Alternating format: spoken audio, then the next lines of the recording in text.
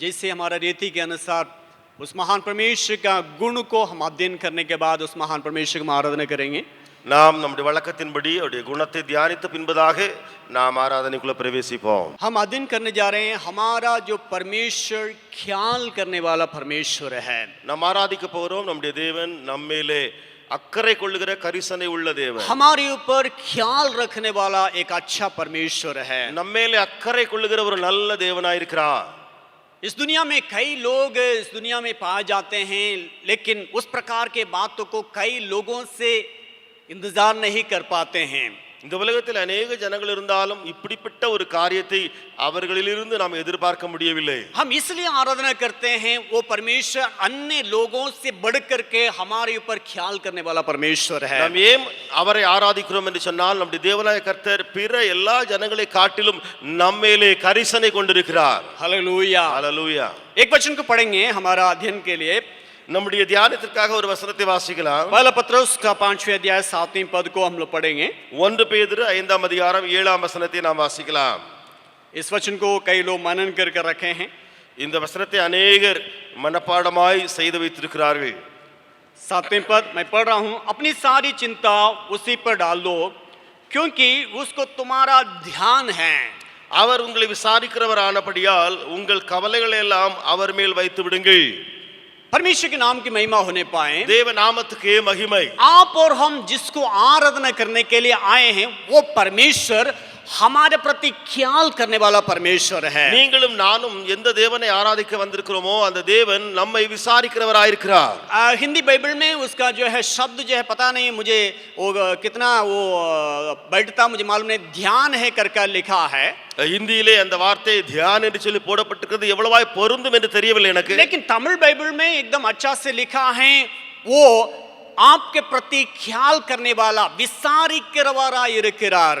ஆனால் தமிழிலே விசாரிக்கிறவராய் இருக்கிறார் என்று சொல்லி தெளிவாய் இருக்கிறது. आपका मेरे परमेश्वर ऐसे ही छोड़ के चले जाने वाला परमेश्वर नहीं है। உங்களுடைய என்னுடைய தேவன் நம்மை விட்டு விடுகிறவர் அல்ல. वो परमेश्वर हमारे संग होकर के हमारे द्वारा कार्य करने के लिए हमें तसल्ली दे करके हमें सांत्वना दे करके हमारे संग रह करके हमें ख्याल करने वाला परमेश्वर है। அந்த தேவனாய கர்த்தர் நம்மோடு கூட இருந்து அவர் நம்மை கைவிட்டு விடாமல் நம்மை விசாரித்து நம்மேலே கரிசனை கொள்ளுகிறவர். कई बार हम ये बैठ के सोचते हैं हमारे ख्याल करने वाला कोई नहीं है, या हम जिसके ऊपर भरोसा रखें वो हमारे ख्याल नहीं किया करके हम बैठ जाते हैं। अनेक முறை நாம் உட்கார்ந்து நினைக்கிறோம் என்னை விசாரிக்கிறவர் யாருமே இல்லை, அல்லது இப்படி சொல்லுகிறோம் நான் நம்பி இருந்தவர் என்னை விசாரிக்காமல் இருக்கிறாரே என்று. लेकिन आपके बारे में ख्याल करने वाला एक अच्छा परमेश्वर है। ஆனால் உங்களை குறித்து விசாரிக்கிற ஒரு நல்ல தேவன் உண்டு. बाइबल बतलाती है, बाइबल के अंतर्गत में ये हम देख सकते हैं यीशु मसीह के अंदर इस गुण को हम कई जगहों में देख सकते हैं। வேதத்துக்குள்ளே இயேசு கிறிஸ்து இருக்கிறாரே, அந்த இயேசுவினுடைய இந்த குணங்களை अनेक இடங்களிலே பார்க்க முடியும். मत्ती सुसमाचार उसका 15वें अध्याय में इस बातों को हम देख सकते हैं। மத்தேயு எழுதின சுவிசேஷம் 15ஆம் அதிகாரத்தில் இந்த காரியத்தை பார்க்கலாம். यहाँ पर इस बातों को हम इस प्रकार पढ़ सकते हैं। அங்கே இந்த காரியத்தை இப்படியாக நான் வாசிக்க முடியும். 15वें अध्याय उसका 32वां वचन को मैं पढ़ रहा हूं आपके लिए। நான் வாசிக்கிறேன் 15வது அதிகாரத்தினுடைய 32வது வசனத்தை. यीशु ने अपने चेलों को बुलाया और कहा, मुझे इस भीड़ पर तरस आता है क्योंकि वे 3 दिन से मेरे साथ हैं और उनके पास कुछ खाने को नहीं है। मैं उन्हें भूखा विदा करना नहीं चाहता, कहीं ऐसा ना हो कि मार्ग में थक करके रह जाएं। பின்பு இயேசு தம்முடைய சீஷர்களை அழைத்து, ஜனங்களுக்காக பரிதபிக்கிறேன், இவர்கள் என்னிடத்தில் 3 நாள் தங்கி இருந்து சாப்பிட ஒன்றுமில்லாதிருக்கிறார்கள், இவர்களை பட்டினியாய் அனுப்பிவிட எனக்கு மனதில்லை, வழியில் சோர்ந்து போவார்கள் என்றார். यहाँ लिखा है ये रास्ता में कहीं थक करके रह ना जाएं। இங்கே எழுதப்பட்டிருக்கிறது இவர்கள் வழியிலே போகும் பொழுது சோர்ந்து போய்விடக் கூடாது. परमेश्वर के नाम की महिमा होने पाए। தேவ நாமத்துக்கே மகிமை. हमारे परमेश्वर के मैं बैठ करके इस बातों का परमेश्वर का उस ख्याल करने के बातों को मैं सोच रहा था। நான் அமர்ந்தவனாக எப்படியாக தேவன் விசாரிக்கிறார் என்ற காரியத்தை தியானித்துக் கொண்டிருந்தேன். कई कई घरों में नहीं तो हम जो माँ बाप कई बार जो है हमारे बच्चों को टाइमली जो है खाना खिलाने के लिए भी हम थोड़ा सा विलंब कर देते हैं. நாம் பெற்றோராயிருக்கிறோம். அநேக வீடுகளில் நம்முடைய பிள்ளைகளுக்கு வேளா வேளைக்கு சரியான நேரத்திலே உணவு அவர்களுக்கு வழங்குவதிலிருந்து தவறி விடுகிறோம். कई बार जो है उस काम को करने के बाद मेरा बेटा को खिला दूंगा या खिला दूंगी करके हम लोग उसको टालते हैं. அநேக முறை நான் இந்த வேலையை செய்துவிட்டு அதற்கு பின்பு என்னுடைய மகனையோ அல்லது என் மகளையோ நான் சாப்பாட்டுவதற்காக நான் வழிவகுப்பேன் என்று சொல்லுவோம். लेकिन यीशु मसीह के बातों को देखते हैं, प्रचार खत्म हुआ, 3 दिन मेरे साथ रहने वालों को वैसे ही ठीक है, जाने वालों को जाने दो करके उस प्रकार के बातों को उनके मन में नहीं था. ஆனால் இயேசு கிறிஸ்துவை பாருங்கள், அங்கே 3 நாட்கள் பிரசங்கமாகி விட்டது. அங்கே வழியில போகும் பொழுது இவர்கள் இப்படியே சோர்ந்து போவார்களே என்று அந்த எண்ணமுடையவராய் அவர் இருக்கிறார். मरकुस समाचार में उसमें मरकुस रचित समाचार में उसमें आप देख सकते हैं उसी वचन को, लेकिन थोड़ा सा भिन्न तरीका से वहां हम देख सकते हैं. மார்க் எழுதின சுவிசேஷத்திலே அதே வசனத்தை கொஞ்சம் வித்தியாசமாக நாம் அங்கே பார்க்க முடியும். 8वें अध्याय उसका 3 पद, 8ஆம் அதிகாரத்தினுடைய 3ஆம் வசனம். यदि मैं उन्हें भूखा घर भेज दूं, यदि मैं उन्हें भूखा घर भेज दूं तो मार्ग में थक कर रह जाएंगे, वे तो मार्ग में थक कर रह जाएंगे, क्योंकि इनमें से कोई दूर से आए हैं. वहां 2 बातों को यीशु मसीह कहे हैं, वहां देख सकते हैं. वो कहते हैं ये भूखा घर नहीं लौटना है. இங்கே இந்த வசனத்திலே இயேசு கிறிஸ்து 2 காரியங்களை சொல்கிறார். ஒன்று, பட்டினியாய் இவர்கள் வீட்டுக்கு திரும்ப கூடாது. और नीचे आखिरी लाइन में लिखा है कुछ लोग जो है दूर से आए हैं. அங்கே பாருங்கள், தமிழிலே முதலாவது அங்கே போடப்பட்டிருக்கிற காரியம், இவர்களில் சிலர் தூரத்திலிருந்து வந்தவர்கள், इसलिए थक न जाए, ஆகையினாலே களைத்து போய் விட कहीं கூடாது, रास्ता में रह न जाए. இவர்கள் வழியிலே சோர்ந்து போய் விட கூடாது. इसलिए अपने चेलों से कहता है यीशु मसीह कहता कि इन्हें बैठा करके इनका खाने के लिए व्यवस्था करो. ஆகையினாலே இயேசு சீஷர்களை பார்த்து சொல்கிறார், இவர்களை அமர வையுங்கள், அமர்ந்து இவருடைய உணவு வகைகளுக்கு ஏற்பாடு செய்யுங்கள். आप और हम जिस परमेश्वर को आराधना करने के लिए आए हैं वो यीशु हमारे प्रति ख्याल करने वाला यीशु है. நீங்களும் நானும் எந்த இயேசுவை ஆராதிக்க வந்திருக்கிறோமோ அந்த இயேசு உங்களையும் என்னையும் விசாரிக்கிறவர். ये कहता है कहीं हो सकता है ये भूखे घर भेज देना जो है उचित नहीं है, जा करके इन्हें खाना बना कर, पता नहीं यीशु मसीह क्या क्या सोचे मुझे मालूम नहीं, मैं सोच रहा हूं, ऐसा सोच रहा हूं ये थके हुए हैं, ये इतना दूर यात्रा करके, कुछ लोग बहुत दूर से आए हैं, जा करके इन लोगों को खाना बना करके फिर खाने में लेट हो जाएगा, थक जाएगा करके यीशु मसीह का शायद उस विचार आया होगा.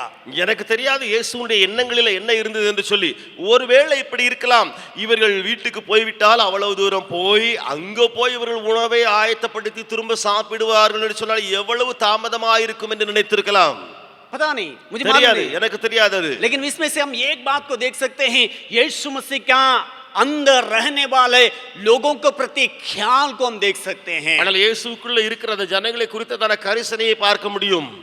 हमेशा जब मैं इस बातों को कहता हूँ हमारे अंदर की बातों को भी मैं लाने के लिए जरूर कोशिश करता हूँ. நான் எப்பொழுதுமே இந்த காரியத்தை சொல்லுவேன், சொல்லும் பொழுது நமக்குள்ளே காணப்படுகிற அந்த காரியத்தை வெளிக்கொண்டு வர முயற்சி எடுப்பேன். हम जरूर आराधना करने पर हैं, உண்மையிலேயே நாம் ஆராதிக்க போகிறவர்கள் தான். இப்பொழுது यीशु मसीह ख्याल करने वाला इस बातों को महसूस करके हम आराधना करने पर हैं. இயேசு விசாரிக்கிறவர் என்ற காரியங்களை உணர்ந்து அறிந்து ஆராதிக்க போகிறோம். लेकिन उसी ख्याल हमारे अंदर कितने लोगों के अंदर पाया जाता है. ஆனால் அதே விசாரிக்கக்கூடிய அல்லது கரிசனை உள்ள உள்ளம் நம்மில் எத்தனை பேருக்குள்ளே உண்டு? ये यीशु तू ख्याल करने वाला है, இயேசுவே நீர் விசாரிக்கிறவர் தான்.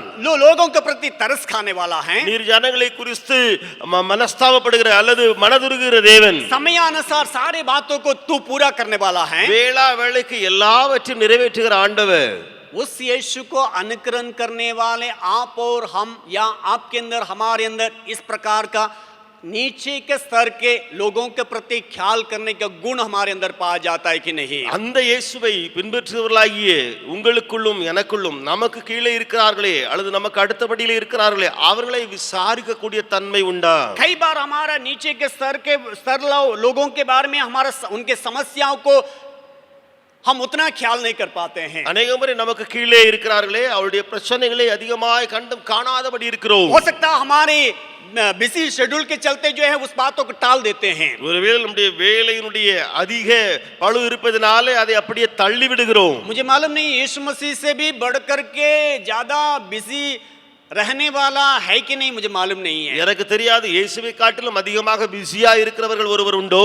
वो यीशु मसीह का गुण को हमारे अंदर लाने की जरूरत है। இயேசு கிறிஸ்துவினுடைய அந்த குணத்தை நமக்குள்ளே கொண்டு வர வேண்டும். यीशु मसीह ख्याल करने वाला करके हम जानते हैं, मानते हैं, हम उसको कह करके हम आराधना करते हैं, वो एक तरफ है। இயேசு கிறிஸ்து விசாரிக்கிறவர், கரிசனை உள்ளவர் என்பதை அறிந்திருக்கிறோம், அதை ஏற்றுக்கொண்டிருக்கிறோம்.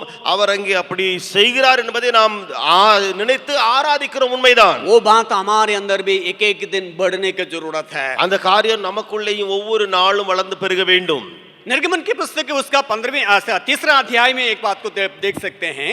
யாத்ராகமத்தின் புத்தகத்திலே 3ஆம் அதிகாரத்தில் ஒரு காரியத்தை பார்க்க मैं कुछ முடியும். वचनों को आपको केवल दिखा करके हम आराधना में प्रवेश करेंगे। நான் சில வசனங்களை காண்பித்து ஆராதனையிலே வழி நடத்த போகிறேன். 3रा अध्याय उसका 7वें और 8वें वचन को मैं आपके लिए पढ़ रहा हूँ। 3ஆம் அதிகாரம் 7ஆம் 8ஆம் वசனங்களை உங்களுக்காக நான் வாசிக்கிறேன். अगर कोई पढ़ सकते हैं तो पढ़ सकते हैं। 3रा अध्याय उसका 7 और 8वें पद। 3ஆம் அதிகாரம் யாத்ராகமம் 7ஆம் 8ஆம் वसनங்கள்.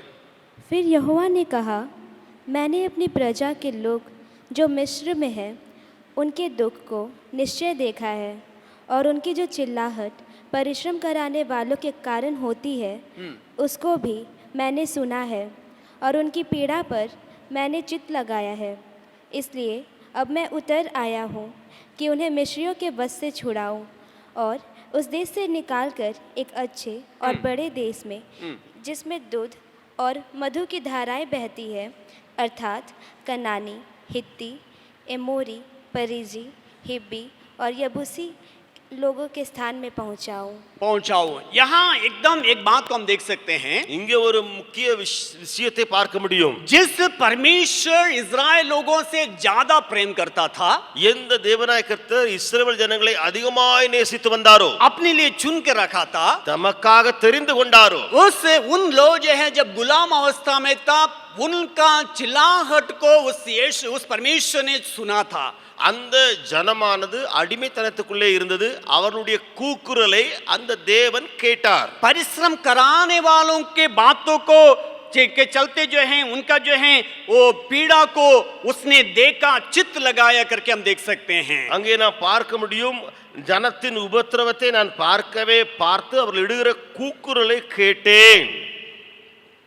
कई बार जो है हमारे चिल्लाहट को कोई नहीं सुनता है। अनेक मुறை நம்முடைய கூக்குரலை யாருமே கேட்கிறதில்லை. हमारे हृदय के तड़प को या हृदय के जो है वेदना को कोई समझने के लिए तैयार नहीं होता है। நாம் படுகிற வேதனை, இருதயத்தினுடைய ஏக்கம், அதை யாருமே கேட்பதில்லை. लेकिन आप भूलेगा नहीं, आपके एक एक बातों को प्रति ख्याल करने वाला एक अच्छा परमेश्वर आपके साथ में है, इस बातों को भूलेगा नहीं। ஆனால் ஒன்றை மறந்து போகாதீர்கள், உங்களுடைய ஒவ்வொரு காரியத்தை குறித்தும் விசாரிக்கிற ஒரு நல்ல தேவன் உங்களுக்கு உண்டு.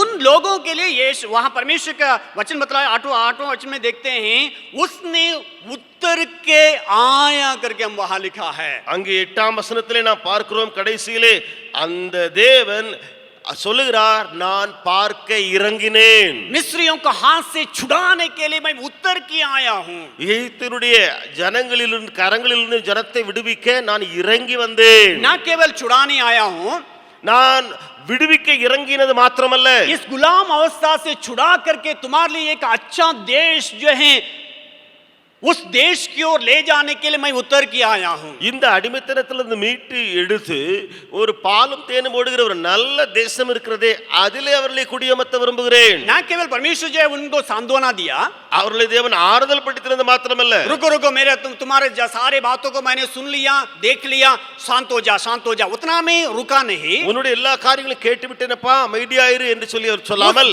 जगह से निकालने के लिए तैयारियां करते हुए उससे महान परमेश्वर ने उतर के आया। அங்கே தேவன் இறங்கினதனுடைய இன்னொரு காரியம், அந்த இடத்தை விட்டு அவர்களை புறப்பட பண்ணக்கூடிய அந்த ஒரு பெரிய வேலையை செய்ய, अच्छे देश तुम्हारे लिए,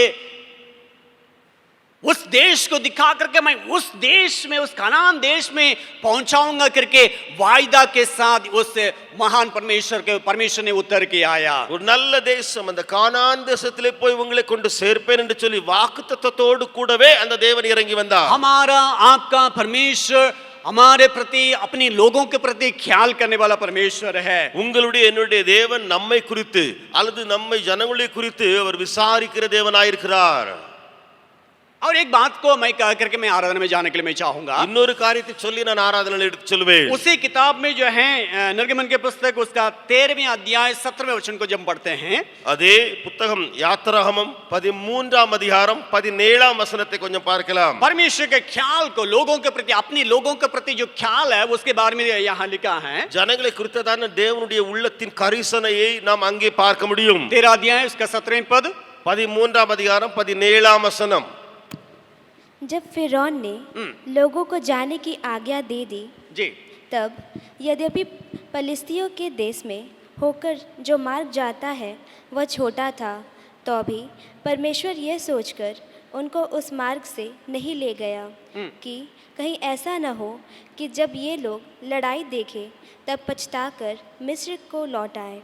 बस यहां देखते हैं उस महान परमेश्वर ने लोगों को निकालने के लिए चाहा, उस गुलाम अवस्था से निकालने के लिए चाहा, वायदा को दिया, और साथ ही साथ उस महान परमेश्वर सोचता है अगर इस रास्ता से लेके जाऊंगा लड़ाइयों युद्धों को देकर के लोग थक जाएगा।